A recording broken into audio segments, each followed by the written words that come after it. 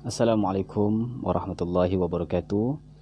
Alhamdulillah, bersyukur kita kepada Allah Subhanahu wa taala kerana sekali lagi kita dipertemukan dalam siri video penerangan PDPR bagi mata pelajaran adab atau akhlak Islamiah bagi silibus UPKK.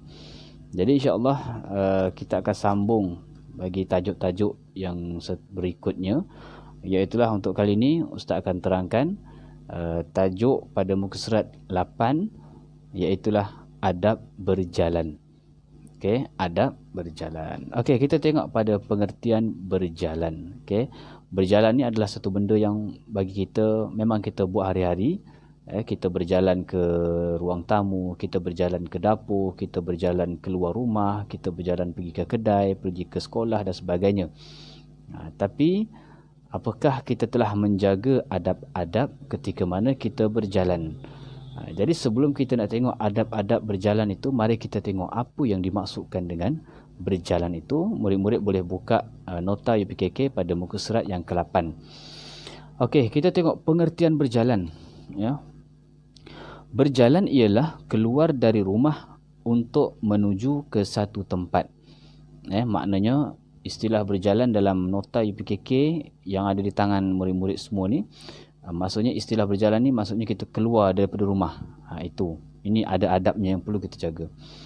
Dengan niat baik kerana Allah Ta'ala, dengan berjalan kaki atau menaiki kenderaan, sama ada untuk ke masjid, ke sekolah, menziarahi jiran, membeli belah dan lain-lain, dan macam-macamlah tujuan.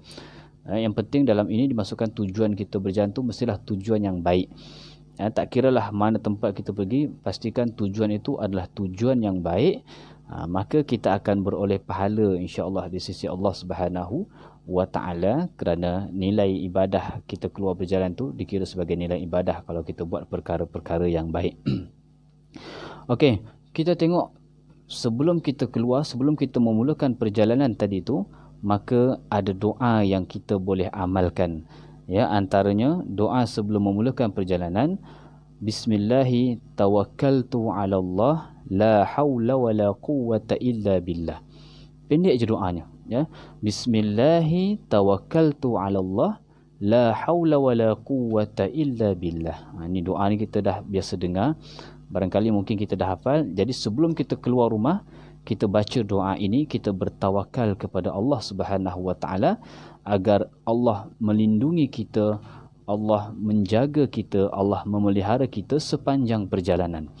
Okey. Maksud dia apa? Dengan nama Allah, aku menyerahkan urusanku kepadamu. Tiada upaya dan tiada kekuatan melainkan dengan kekuasaan Allah Subhanahu wa taala. Syaratnya kita mestilah berusaha.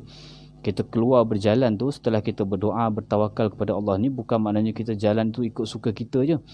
Kita kena ada usaha, iaitulah menjaga diri kita supaya tidak berlaku kecelakaan semasa kita berjalan. Ya, contoh kita naik motor pergi rumah kawan kita, ya. Kita dah baca doa dah, Bismillahirrahmanirrahim, dah baca doa dah, la haula wala quwwata illa billah. Tiba-tiba kita keluar rumah, kita naik motor, kita sendiri tak berusaha, tak berikhtiar untuk jaga diri kita, bawa motor wili-wili pula. Ya, sepatutnya 2 tayar, dia jadi 1 tayar motor tu. Lepas tu bawa laju pula, ya, motor tu limitnya 100 km sejam je, tapi dia bawa sampai 200 km sejam. Ya, maknanya dia tidak ada ikhtiar, dia tidak ada usaha untuk menjaga diri dia. Walaupun awalnya tadi dia telah bertawakal. Ini konsep yang salah. Maknanya dia bertawakal tu mesti diiringi dengan usaha dia. Ya. Baik, kita tengok pula tajuk kecil, iaitulah adab sebelum berjalan. Maknanya sebelum kita keluar tu, apa adab yang perlu kita titik beratkan, yang perlu kita amalkan. Antaranya adalah yang pertama sekali, pastikan menutup aurat. Menutup aurat mesti kena jaga. Maknanya kalau kita sebagai seorang lelaki, kita kena tahu aurat kita belah mana. Kalau kita sebagai seorang perempuan, aurat kita yang mana. Ya.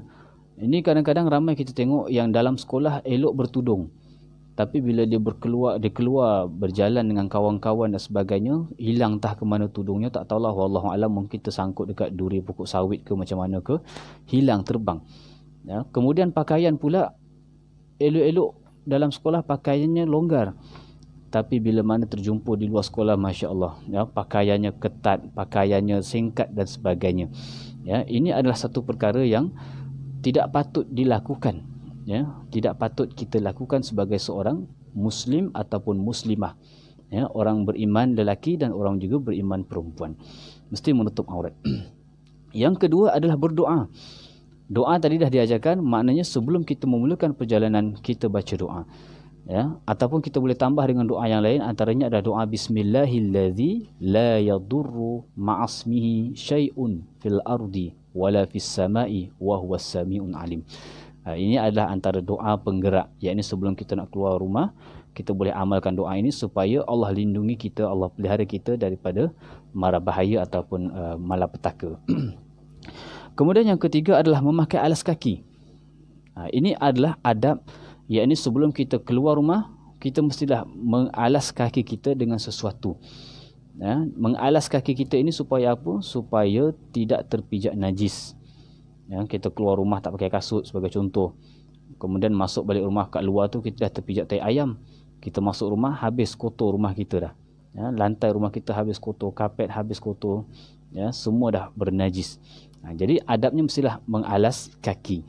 Ataupun takut terpijak benda-benda yang bahaya, benda-benda tajam, duri dan sebagainya. Ya. Kemudian yang keempat, memulakan dengan langkah kanan.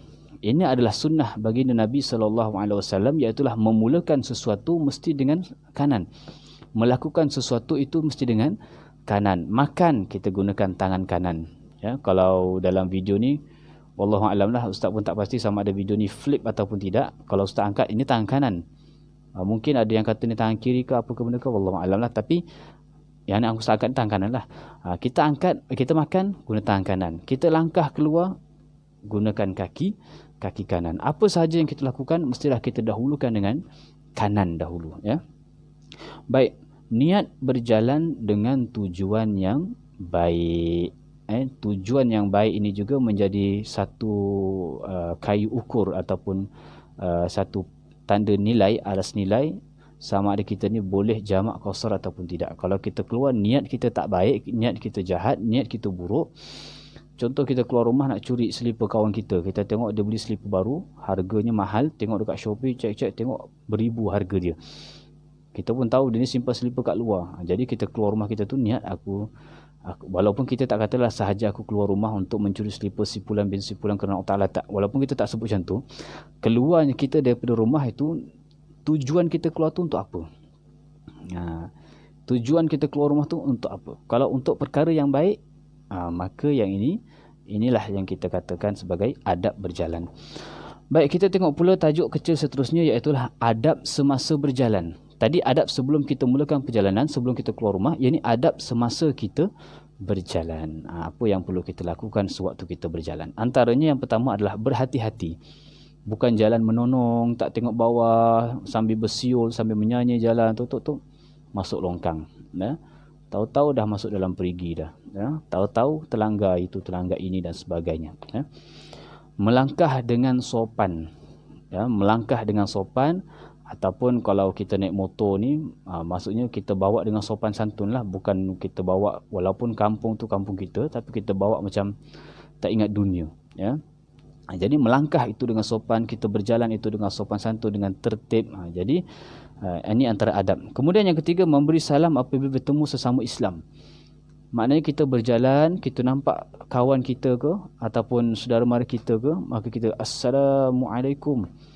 Kalau sempat kita berjabat, kita berjabat. Kalau tak sempat, kita jalan saja bagi salam. Assalamualaikum. Tanyalah khabar, sihat ke? Alhamdulillah sihat. Kemudian jalan. Okay? Itu antara adab. Kemudian, tidak berjalan terlalu laju dan terlalu perlahan. Langkah hari itu setapak demi setapak. Ini maksudnya, ini tapak. Ini kanan, satu. Tapak yang kedua pula, langkahnya hanya beza 1 inci. 2, 3, 4. Itu terlalu perlahan. Kemudian tidak terlalu laju. Maknanya jangan tergesa-gesa macam biawak kena kejar. Kalau kita jumpa biawak belakang rumah kita, kalau kita sergah tu kan, tengok macam mana dia lari, habis semua dilanggar. Masuk parit cebush. Kemudian yang terakhir, mengikut peraturan. Ikut peraturan ni macam mana? Maknanya kita ikut peraturan yang telah ditetapkan oleh pemerintah. Kalau traffic light merah, kita kena berhenti. Ya, kalau kita naik motor lah, kena naik kenderaan lah. Ya, kalau kita kata ini lorong ke kanan, kita kena bagi signal masuk, lorong bagi signal. Ya. Baik, tajuk kecil yang ketiga adalah perkara yang dilarang ketika berjalan. Maknanya benda ini kita tak boleh lakukan. Jangan sesekali kita melakukan perkara ini ketika mana kita sedang berjalan. Baik, yang pertama ialah berjalan di tengah jalan. Kenapa pula nak berjalan tengah jalan? Ya, jalan tu ada 2 lane, kiri kanan, tengah-tengah tu ada line, kita pergi berjalan kat tengah-tengah tu. Itu nama dia mencari bahaya, mencari penyakit. Tak kira lah kita naik apa, naik kereta ke, kereta pun kita tak boleh duduk tengah line. Naik motor pun tak boleh duduk tengah line. Tak boleh duduk tengah jalan. Ya. Jalan kaki apatah lagi tak boleh duduk di tengah, tak boleh berjalan di tengah jalan. Makan dan minum ketika berjalan. Ini juga adalah perkara yang perlu kita hindarkan. Ya. Kita sambil berjalan, tangan kanan tu kita pegang burger, tangan kiri tu kita pegang air soda. Sambil berjalan sambil kita makan, sambil berjalan sambil kita makan, sambil berjalan kita makan. Itu adalah perkara yang tidak beradab. Berjalan terlalu cepat dan terlalu lambat. Ini juga antara perkara yang kita perlu hindarkan lah. Jangan terlalu cepat. Sama juga penjelasan yang macam Ustaz dah sebutkan tadi. Berjalan di tempat yang sempit dan kotor. Ya. Berjalan di celah-celah parit dan sebagainya, padahal jalan yang elok ada sebelah tu. Ataupun berjalan di tepi-tepi rumah orang. Ya. Elok jalan besar tu ada, tapi dia sengaja nak jalan di tepi-tepi rumah orang tanpa izin. Ya. Maknanya tujuannya untuk apa Wallahualam lah, tapi dia sengaja jalan tepi-tepi rumah orang tu, ya, sebab dia mengaibkan keluarga rumah tadi tu. Takut ada yang tengah bergaduh ke apa ke benda ke, kita pun pasang telinga. Ya, dia ni tengah bergaduh. Gaduh pasal apa ni? Tak tahulah. Kemudian berjalan di tempat berjalan dengan takbur dan bermegah-megah. Takbur ni apa? Takbur ni adalah sombong. Jalan mendada, jalan sambil bermegah-megah. Ya, apatah lagi kalau naik kereta-kereta mewah dan sebagainya. Bukan masalah yang tak boleh naik kereta mewah. Naik kereta mewah boleh, tapi bermegah-megah. Ya, mentang-mentang dia baru beli kereta, jalan daripada hujung kampung sampai ke hujung kampung, dia picit ni minyak tu, dia tekan ni minyak tu, tekan sekuat hati, ya, kemudian dia hon-hon pula, pin. Dia nak tunjuk yang dia tu beli kereta baru. Ya, ataupun dia baru tukar exhaust, habis dia press satu kampung dengan exhaust dia tu. Ya. Ini satu lagi motor. Ya, motor pun sama, tukar exhaust prank apa benda tu, tukar exhaust yang kuat lah. Bunyi je sangat perit, ya, sampai monyet atau pokok pun boleh terjatuh dengan bunyi exhaust prank dia tu kan. Ya. Jadi bila dia tukar exhaust motor baru, kemudian dia buat itu, dia tukar ini, sport rim dia tukar daripada bulat jadi 3 segi dan sebagainya, steering daripada handle motor dia tukar kepada steering dan sebagainya, tangki minyak dia tukar tangki lori dan sebagainya, habis semua diubah suai. Kemudian dia rasa megah, dia rasa bangga, dibawa satu kampung, dia pusing, dia press habis motornya tu, membisingkan dan membingitkan. Ya, bermegah-megah, kononnya nak tunjuk ada motor, nak tunjuk dia pandai bega motor dan sebagainya. Nak tunjuk motor dia power, kereta dia power. Kalau jalan kaki boleh ke bermegah-megah? Boleh juga. Maksudnya dia tunjuklah pakaian-pakaian dia ke, kasut dia ke, benda ke yang dia pakai waktu itu, dia tunjuk depan orang, jalan dengan bangganya, jalan dengan megahnya. Siap kata kat orang, kau jangan dekat dengan aku, baju aku ni baru. Ya? Kau ni berhabuk, kau ni kotor, ada sampah, jangan dekat dengan aku. Contoh. Baik, kemudian duduk dan melepak tanpa sebarang tujuan yang jelas. Ini anak-anak semua kena jaga. Jangan suka melepak, membuang masa di tembok-tembok, di kunci-kunci air, di bawah-bawah pokok kelapa sawit. Atas pokok kelapa sawit tak nak pula lepak. Ya, di tepi-tepi kubur tak nak pula lepak.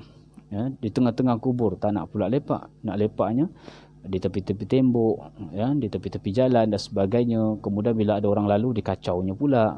Ya, kemudian mentang-mentang lah makwu lalu kan, dia pun usik. Nak pergi mana tu? Nak beli cincau? Contohlah.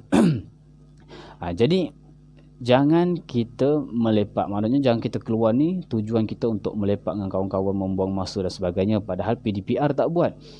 Ya, kerja-kerja sekolah yang dibagi secara online tak nak buat pula. Ya, tak nak namanya tak muncul, nama yang respon tu tak muncul. Tapi ada dekat tepi parit, ada dekat tepi longkang dan sebagainya. Ini satu perkara yang kita perlu hindarkan. Baik, itu adalah tajuk adab berjalan pada muka surat 8.